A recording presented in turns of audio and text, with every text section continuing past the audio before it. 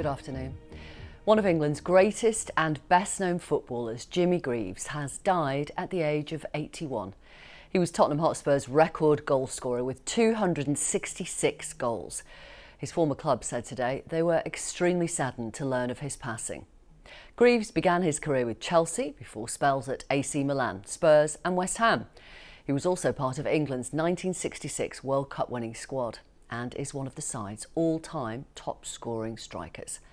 Andy Swiss looks back at his life and career. Here come Chelsea on the attack. He was English football's ultimate goal machine. Back to Greaves, who's hanging back very well. It's a chance of a Greaves shot. Jimmy Greaves once said that for all his skill, scoring was his job, and it made him a superstar. Greaves, and a hat-trick for Greaves. After starting at Chelsea, Greaves moved to AC Milan in 1961, but his European adventure soon turned sour, and he came home to Tottenham Hotspur, the club which would define his career. It wasn't just the goals, it was the staggering rate at which he scored them. 266 for Spurs, 44 in just 57 games for England. He was a key player heading into the 1966 World Cup. But early in the tournament, Greaves was injured, and although he recovered by the final, he was left out in favour of Geoff Hurst, a disappointment which proved hard to take. I couldn't force myself to join the festivities because in my own mind, I'd built myself up that I was going to be in the side and I was going to be one of the key people. And suddenly, it wasn't me. This is Greaves! After retiring in 1971, Greaves struggled to cope. Alcoholism was followed by bankruptcy. But he battled back from both to reinvent his career. Good afternoon. Good day. Now, Saint, what happened? There you are, favourites to qualify for. A relaxed raconteur, he was a TV natural, and Saint and Greavesy, alongside Ian St John, was a hit with viewers. Although the programme ended in the early 90s, the affection for Greaves certainly didn't. And in 2009, the man who famously missed out on the World Cup final at last received a winner's medal. It was a fitting reward for one of football's most popular and prolific talents. Rarely has the art of goal scoring been made to look quite so easy. Jimmy Greaves, who's died at the age of 81. The government minister has said there will be no threat to gas supplies in the UK this winter. Alok Sharma told the BBC's Andrew Marshall that householders would be protected from spiralling wholesale prices. It comes as the government continues talks with the energy sector following a sharp rise in the wholesale gas price. Here's our business correspondent, Katie Austin. The price of natural gas, a key source of the energy which heats our homes and powers our industries, has rocketed. One immediate impact is that some smaller energy suppliers have gone bust, and more could follow. For large, prudently run companies like Octopus, we bought our energy long in advance. So I think the real problem is for those companies which are smaller, maybe less prudently run, who are buying their energy now. And of course, they're facing these unprecedentedly high prices. The business secretary has met energy companies this weekend and held a further meeting with the regulator Ofgem this morning. Another minister said people shouldn't be concerned about any risk to supply. A significant part of our gas supplies comes domestically. The imported gas primarily comes from countries like Norway. So we are secure in that. But of course, when it comes to prices, there will be concern as well. But we have the energy price cap. We have the warm homes discount to protect people at this particular time. But the knock-on effects of the price rises are causing concern for the food and drink sector. Production at two large fertiliser plants has been halted, and they are major sources of carbon dioxide. Its uses include in slaughterhouses and in meat packaging. Some poultry processors have just a few days' worth in stock. The trade body, which represents major supermarkets, says if the problem isn't resolved, shoppers will see the impact. Carbon dioxide is used extensively across the supply chain, everything from producing pork and chicken that we see on our shelves right through to extending the life of salad leaves, for example, in packaging, or soft drinks or beer. What we'll probably see is a bit less availability and choice than we would have seen of some of the more popular products unless this is resolved quickly. The government is in contact with the company behind those fertiliser plants and is looking at alternative sources of carbon dioxide.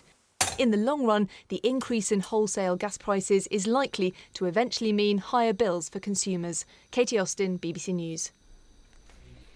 More than 1 million of you will be invited for your booster jab in England this week. Those eligible will receive texts from tomorrow with letters sent out later in the week. It'll be offered at least 6 months after the second dose of the vaccine. There are also booster campaigns taking place in the rest of the UK. Universities in England must take student views into account when deciding how much to teach online. That's according to the regulator for higher education. Out of nearly 50 institutions contacted by the BBC, just 13 said all teaching would be face-to-face. Here's our education editor, Branwen Jeffries. Universities have been almost empty.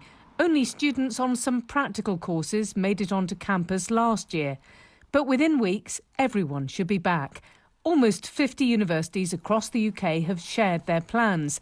This snapshot shows a return to mainly face-to-face teaching. But many will still hold larger lectures online. In England, where fees are more than £9,000, a warning from the regulator: student views matter. What we will be looking for is the quality of provision, whether or not it's face-to-face and online, but critically, that universities and colleges are taking into account the views of their students. What do they want? What's their feedback? And that then is factored into the course provision over the course of the next year. Vaccination should help the return of student life. There will be pop-up clinics for second jabs in many places. And for those who missed out on student life last year, a chance to refresh by joining start-of-term events. Branwen Jeffries, BBC News. The first amateur space crew ever launched into orbit has returned safely to Earth. The capsule carrying the 4 space tourists splashed down successfully off the coast of Florida after orbiting the planet for 3 days. The Inspiration 4 team was led by billionaire Jared Isaacman, who described the experience as a heck of a ride. Simon Jones reports. Copy 600. The final moments of a mission quite unlike any other. After orbiting the Earth for 3 days, splashdown off the coast of Florida for the 4 amateur astronauts, dubbed the Space Tourists. Inspiration 4, on behalf of SpaceX, welcome home to planet Earth. Your mission has shown the world that space is for all of us. It was led and bankrolled by a billionaire businessman, Jared Isaacman. He said it had been a heck of a ride, adding, "We're just getting started." There he is.